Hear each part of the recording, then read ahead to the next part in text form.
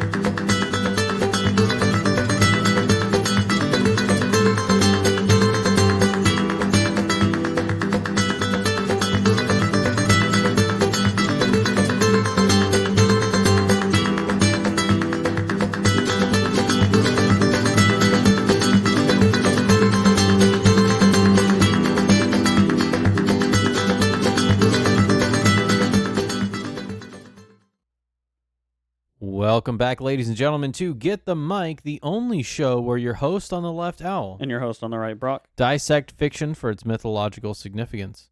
On this episode, we're going to be talking about Dragon Ball, as usual, and in particular, episode 120, which is titled Goku Strikes Back in the English, or Goku, Anger at Full Power in the Japanese. Before we get started, though, please give us a like if you like what you hear during the show.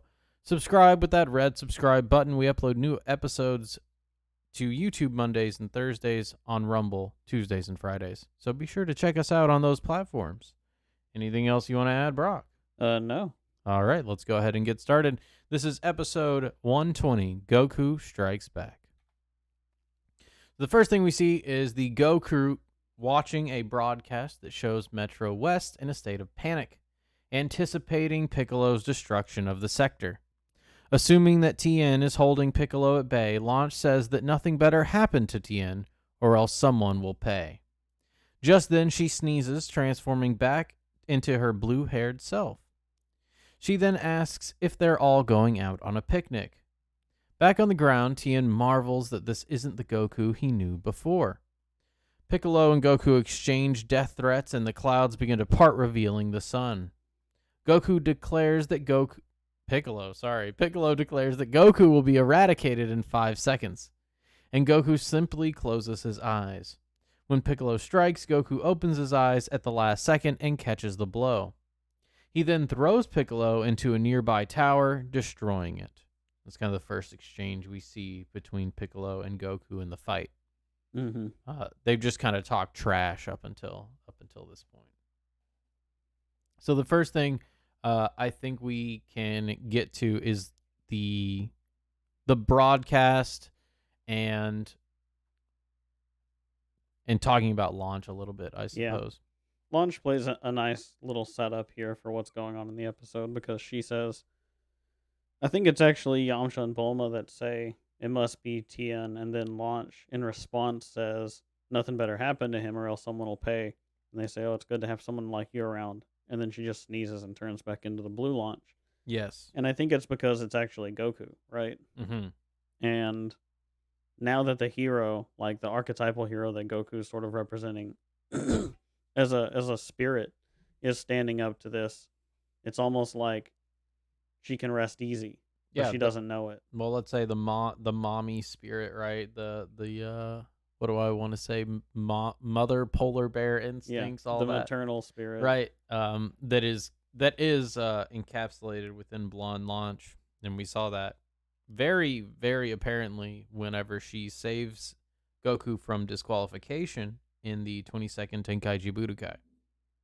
And so now it is in accepting one of the world being, let's say, post-paternal in this way. And now that you're right, that they're starting to piece together that Goku's alive, that's kind of whenever she changes. Well, I also think that launch operates as almost a gauge of if somebody has integrated enough of their unconscious, right?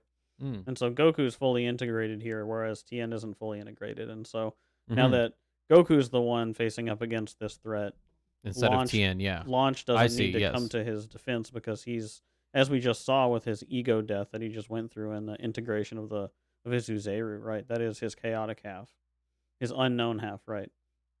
And so Goku is so integrated that now the best thing that Mother Nature can do is just nurture And allow him his to mode be, of being, yeah, right? yeah. Exactly. And so that's why Launch transforms back into blue haired Launch. Now, the state of panic that West City is pretty significant because last episode we saw like some car crashes and things, but now it's getting like bad. Like there are riots and panic, Yeah, it's and pandemonium. it's absolute pandemonium because Piccolo's coming to destroy them. And that's exactly what Piccolo is missing out on right now, which is interesting. We're talking about nourishment and about Launch being a nourishing factor because right now Tien and Goku are stopping Piccolo from nourishing his own spirit by relishing in this hell that he's created. And so they're holding him back from that. And really, it's Goku that is. Tien marveling at Goku, I just want to touch on. We at the beginning, and we'll probably mention this in the next few episodes, maybe. At the very beginning, Tien looks up and like through a haze, he sees Goku as not like fully physically manifested as if he was a spirit himself, right? We're gonna see that again, and so at this point, Tien is just kind of I want to say integrating that knowledge that Goku has ascended beyond an individual instantiation, and has become a pattern of being representation. Yeah, he is a spiritual representation. And it's really well done the way they do it because it is not like spelled out to you, but when I don't think anyone ever looks at Goku like that and like sees him like that again. It's maybe they do, but There's a time. there's a time I'm not considering. But um, at present, it's really striking for what they're actually trying to say here, And which it is that. in the structure of the series Dragon Ball, what the super sacred water ultimately represents for Goku, right? That Goku comes back here and he is a superordinate spirit to what he was before. Yes, he has absorbed the enlightenment of the evil in the world, and so now he is able to hoist that responsibility on his own and become the heroic spirit that can cast away evil. Not only defeat death, but can cast away evil. Right. Well, he also, the way that he does this is that he throws Piccolo through a pillar, Mm-hmm. a large tower, and it's kind of like tearing down one of the pillars of his tyrannical reign, right? Mm-hmm.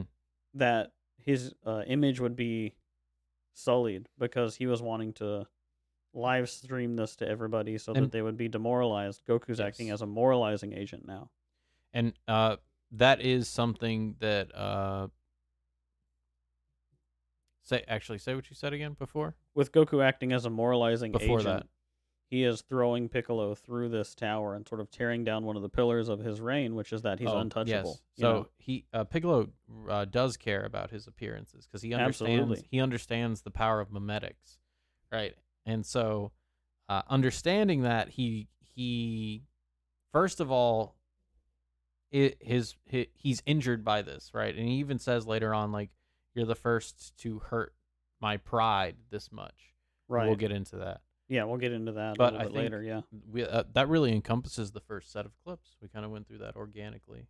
But yeah, one Unless other there's thing that I wanted to point out is the Launch. symbolism. Well, Launch Oh, asks if they're going out on a picnic, which is very oh, similar to whenever they were looking for him when he fought the Red Ribbon Army, yes. and she turned into Blue Launch. I think at the same time, right? About that time, yeah. She was ready to go as blonde launch, and then when they got there, she turned into blue And launch. then I think she might have asked the same thing. It sounds familiar. She may have asked if they were getting a picnic that time as well. Yeah, it's back to the nourishing, because she is not.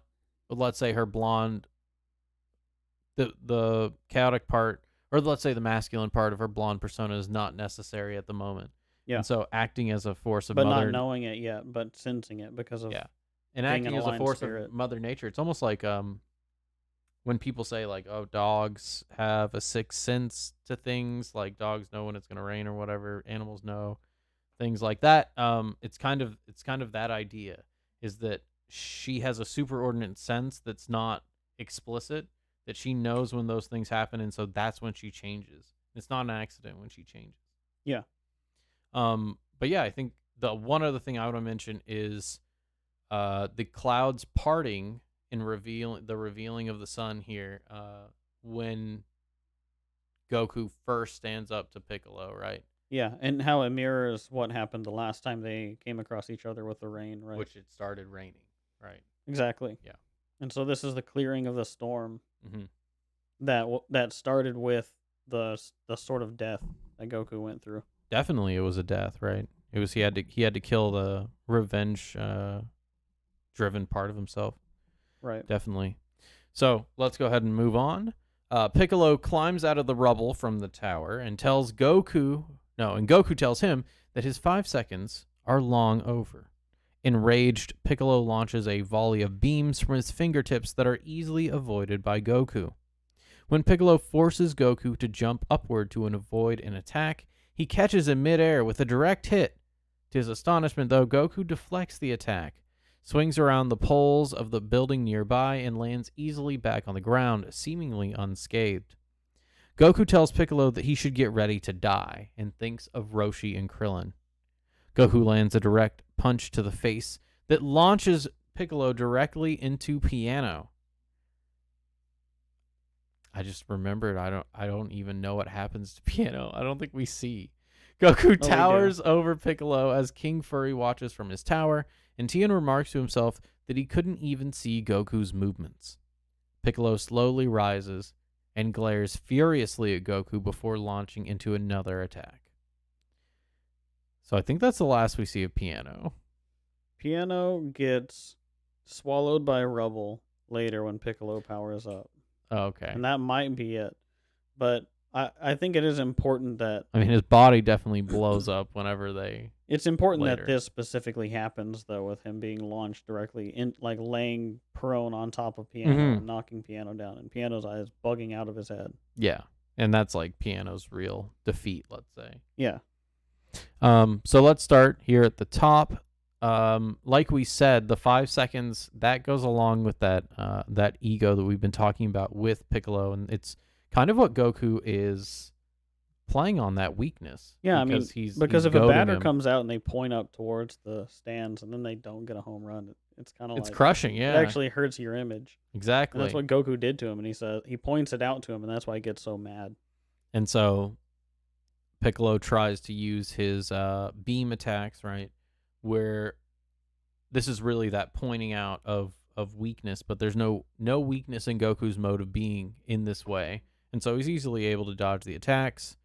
And then he even tries to hit him head on, but like we said, he's able to block it because of that instantiation he's achieved. Then we see Goku get pretty serious and say that Piccolo should get ready to die. So I think that all ties together, right? Because Yes. the beams, you could imagine them being the killing blow, Mm-hmm. similar to Tao Pai Pai's killing beam. Yes. All of these beams. We see these finger beams as a recurrent thing, and it's because they represent that sort of thing. And so this is Goku having been killed by a single point attack before and coming back sort of through his death rebirth process. He's immune to this. He can just avoid this now. Mm-hmm. Mm-hmm. Especially because now he's integrated to a point where the pointing out of that and the pointing of malice, right, to say, um, let's say Piccolo's instantiation of I am stronger than you, you're weak, all this, right? All that malice that's going into those beams. It's something that Goku doesn't, it's not really affecting him. The demoralization that's supposed to go along with it isn't happening because Goku's confident in his ability to instantiate himself in the world. And he's integrated an understanding of his own malice such that it's not going to shock him Correctly. out of his Correct. stance. It's not going to shock him. I think that's a good way to say it.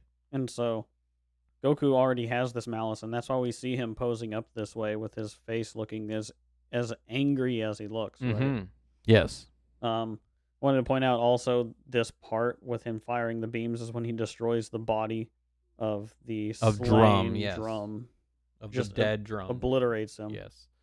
And it's to say that Piccolo has no actual, like, he professes earlier in it to, like, care about his children and things, but this is a beam that can destroy the body of a Mafuba. Yes. Right? Only insofar as they achieve his ends of demoralization and evil, right? So once Drum is no more use, he's easily disposed of.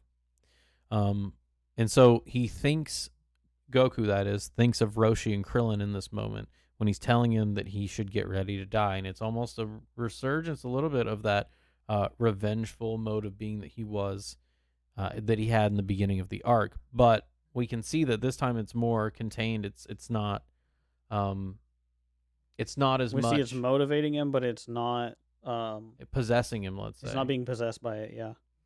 And so he lands that punch to the face that knocks Piccolo into Piano, and I'll let you tell us why that's significant. So Piano is that small animal humanoid creature that talks to Piccolo and puffs up his ego and tries to demoralize people by always telling them that Piccolo is one tier above them, that he's untouchable by them, and that they just don't know.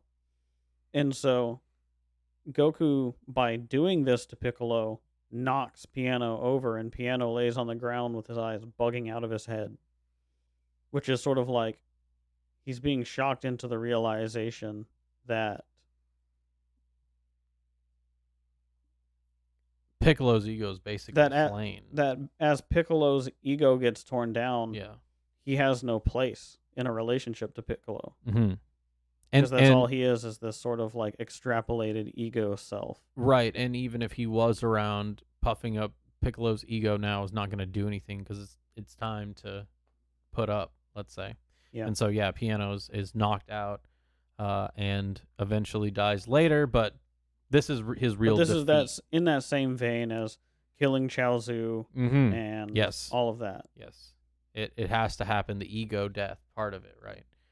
And this is something that even Piccolo goes through when encountering Goku. And that's why his response here is as angry as it is. And so Goku towers over Piccolo as Furry watches from the tower. And this I'll say, they're trying to get King Furry out of this the tower right now, but he doesn't want to leave.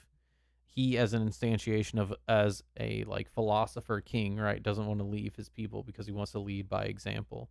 And it's significant to say. I also like this idea, though, that as Goku has knocked down... this is when he's like... That's right. After he knocks Piccolo down and he's laying on top of Piano, it pans up to Goku and he's glowing with this blue light. And then we see that King Furry is watching this and he's moralized by it, and he says, Goku, essentially save humanity. Yeah. And even though he doesn't know his name, but yeah. So as Piano gets knocked down, King Furry now can see hope, right? And I think there's an interplay with these animal people, right? These like, in the same way that like King Furry is the king of the world, but he doesn't fight for the world, right? He's sort of like the representative of... Well, he is that projection of the mode of being. Well, it's funny he wears glasses society, as well, because he sees through his glasses, unlike Roshi, let's say. He's like seeing through his own weakness and becoming a philosopher king, which in historical thinking, it's said that like that would be the best ruler if one could just live forever. And that's kind of what we see here. And he's good, But the thing is that he is kind of removed his he hasn't I wouldn't say that actually. Let me correct myself because he has not removed his ability for malice. He has that. We saw that when Piccolo was taking over. But his ability and his understanding, his ability to stand under the idea of malice, um, it does not reach the extent that Goku's can, and Right. how Goku is lifting up kind of everyone's evil and suffering in the world right now. It's something that inspires Furry to continue his own work, let's say, and not leave right now when it would be bad optics, one, but two, it would be demoralizing. Right. Right. And I kind of just wanted to point out the causality of Goku's moralizing action here, right? Yes. And so this is when Piccolo glares furiously. You can like see the darkness in his eyes. I really like that from the animators. Yeah. There's a darkness that comes over Piccolo's eyes, and when he stares at Goku, it's like that real coachman malice that he's wielding at this moment. And yeah, and I think we'll go ahead and move on because we still have some more to cover. So Goku easily parries those blows in Piccolo's attack and returns them in kind. Meanwhile, up in the plain, Launch hums contentedly to Bulma and Yamcha's bewilderment. Goku punishes why do I keep saying that? Goku punishes Piccolo with a rain of blows, leaving him dazed. When Goku stands back up to allow him to gain composure, Tien asks why he isn't finishing him off. Piccolo grins and wipes the blood from his lips before telling Goku that he's the first to embarrass the Demon King in such a way. Like we said, it's kind of building up to this. Goku tells him to use his real power, holding nothing back. Piccolo confirms that his true power comes at the cost of his lifespan, so he hasn't used any of it for this fight.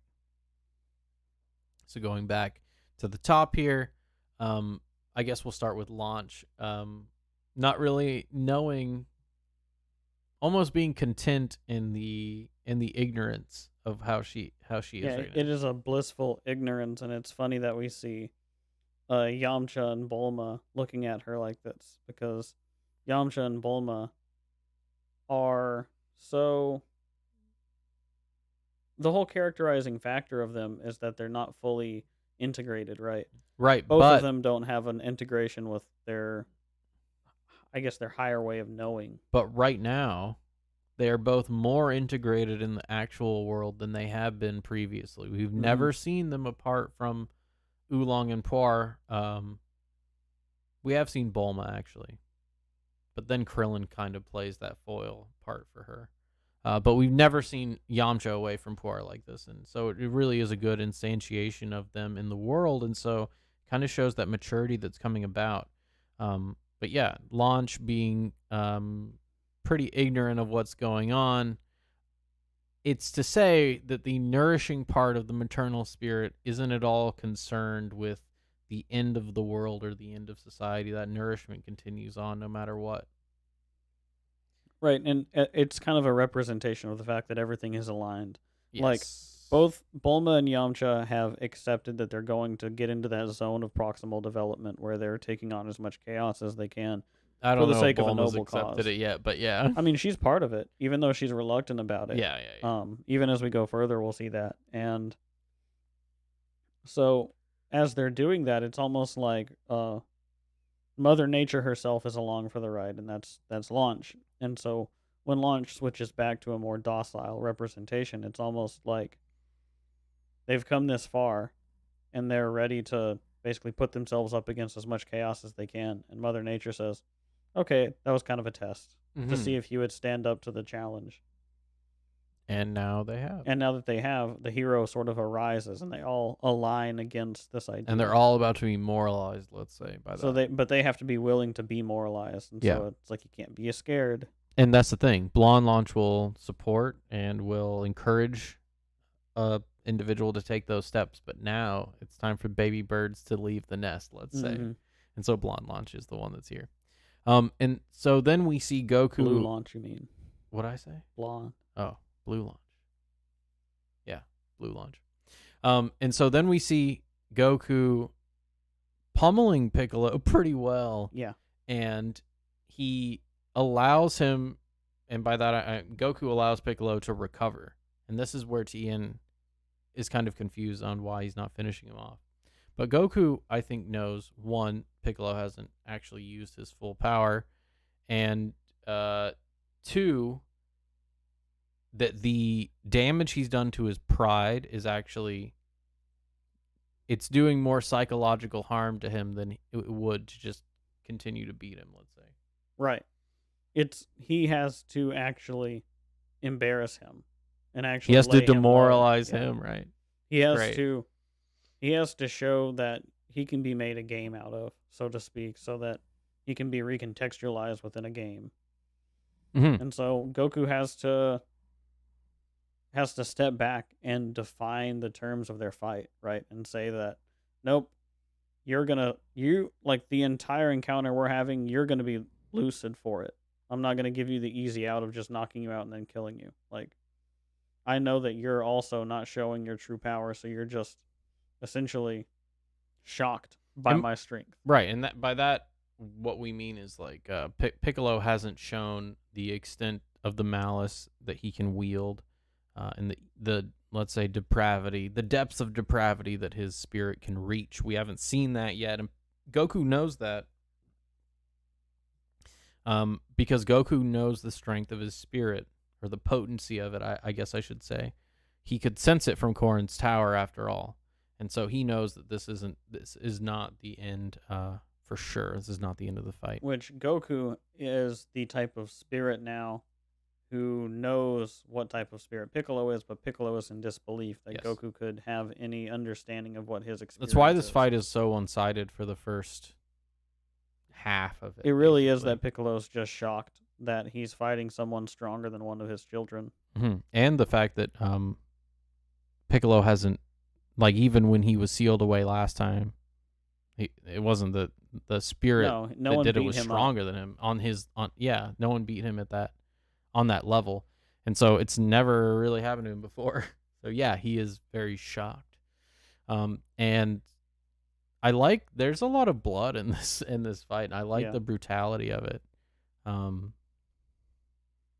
Like we used the thumbnail the first time they fought, where Piccolo was punching Goku in the face, and that was a brutal fight as well. And this one follows up with that. It's not a game. It's mapping of a game, but it's not an actual game. The stakes are real. Like, it is life and death, and what is going on in the world is even further than that, just from these spirits. Right. And so Piccolo confirms that he hasn't been showing all that his spirit is capable of, but that doing so would reduce his lifespan. I like this a lot because it shows that acting in an unholy way reduces the ability for you to live. And I think that's true. Yeah, I think it actively harms you as a person. And to wield it, it is harmful, right? It's almost a one ring kind of idea, right? It's corrupting, and it will reduce the life that you have. And so It's basically Goku saying, "Show me the lengths that you're actually willing to go to hang on to this, this power." Mm-hmm. And so he starts to power up. He begins powering up, shaking and cracking the earth below him while turning the sky black and glowing brightly. When he finishes, Goku tells Piccolo that he'll still be beaten to a pulp.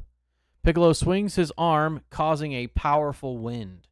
He then launches into an attack, punching Goku in the side. The blow launches Goku down into the earth, creating a large crater. Piccolo declares that there's absolutely no one who can stand up against him, demoralizing Tien. Just then, Goku's voice arises from the crater as he prepares a Kamehameha wave. Goku then bursts from the crater, pointing his attack down towards Piccolo. That is where our episode ends for today. But let's go ahead and analyze this part here.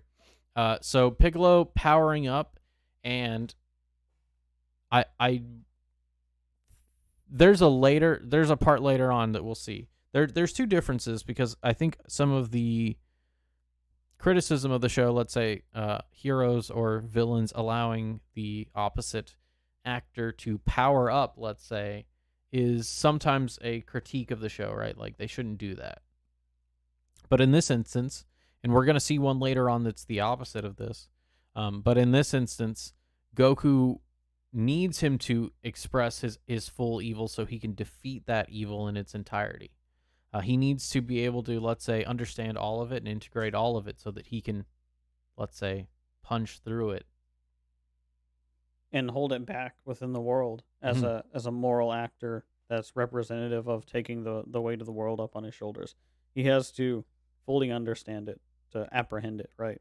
Yes. And so he allows Piccolo to charge up, and he actually tells him he'll still be able to beat him.